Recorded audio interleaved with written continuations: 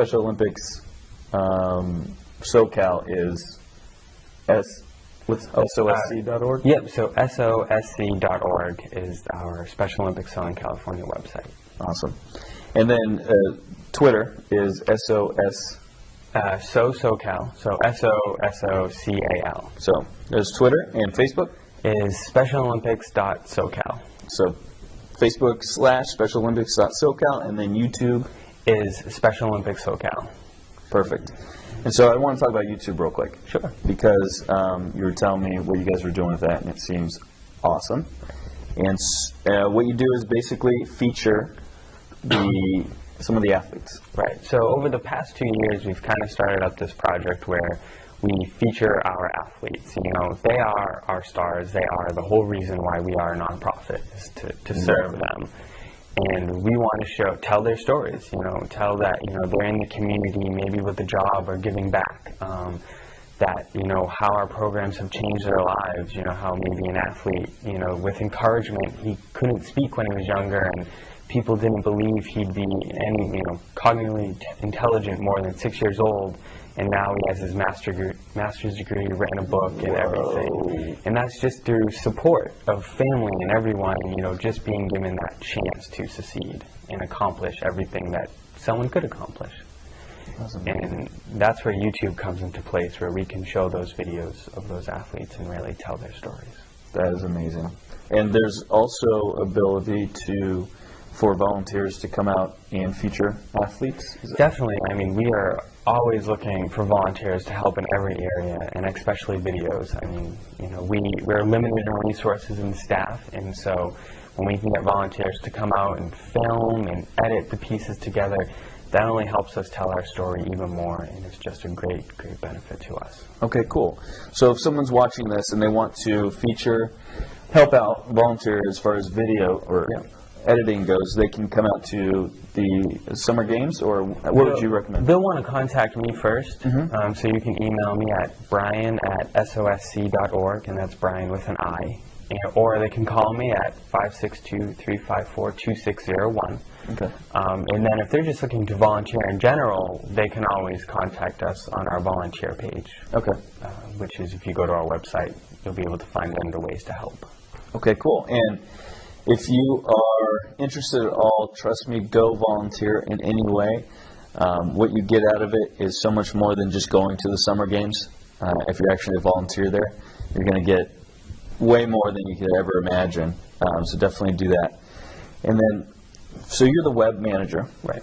And I want to talk about social media and what you're using to, Twitter, Facebook, YouTube, and what you might possibly want to get into next, what you're having a lot of success with, what maybe you're not having so much success with.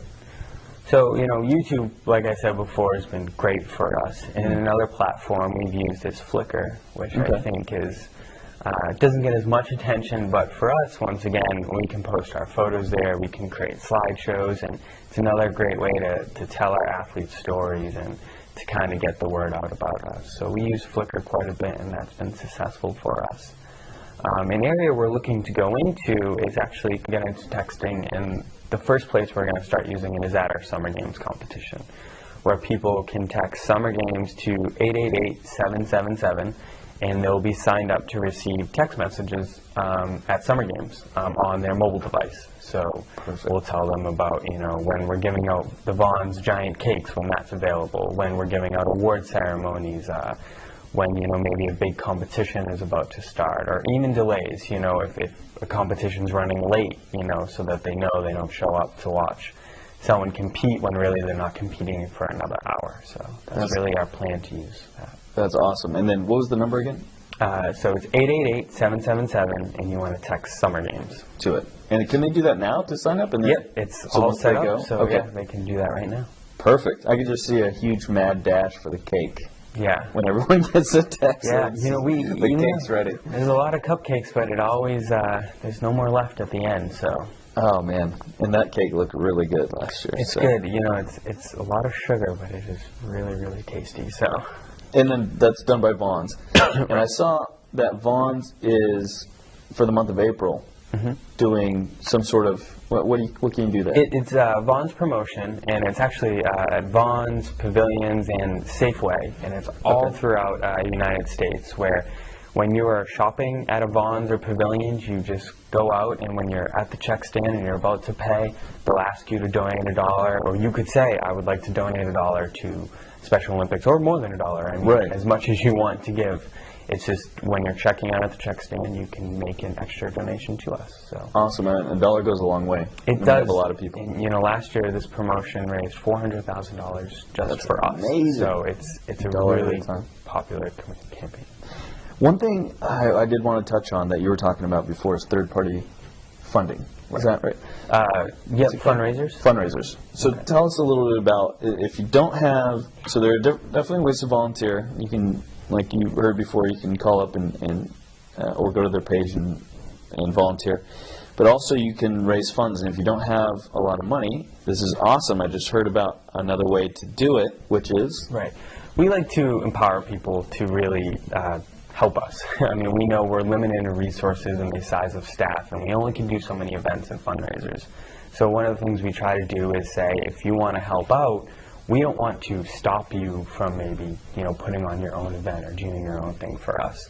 So what we call third-party fundraising or independent fundraising, and whereas you set up your own event. So maybe you host your dinner party with your friends, and all your friends make donations. And so, you know, it may not be, you know, that $10,000 or $20,000, you know, fundraiser, but $500 can go a long way, you know, or $1,000 can go a long way from 20 people doing fundraisers for us. And that's really where it kind of spawns from. And, you know, it serves your likes. I mean, we may do auctions or golf tournaments, but maybe you like Survivor, or maybe you like, you know, reality shows, so you do your own kind of thing. You get to plan your event. We actually had one third-party fundraiser, a man named Ben Nelson. He went out and he did a box-a-thon. He liked boxing. He got in the ring and he sparred with his coach for 10 rounds. And people can make donations to him. Oh, cool. And so that's cool. So whatever you're into, it doesn't matter. Right. Just create a fundraiser around that. Exactly. So if you're saying Survivor, and you like Survivor, just have a Survivor party or something and have people donate. Right, and you just get your family and friends out to do it. It's genius. It's a fun time, and you're supporting a great cause. Cool. All right, good. Well, thank you very much for taking the time. No problem. Thank you. And if you're watching, go to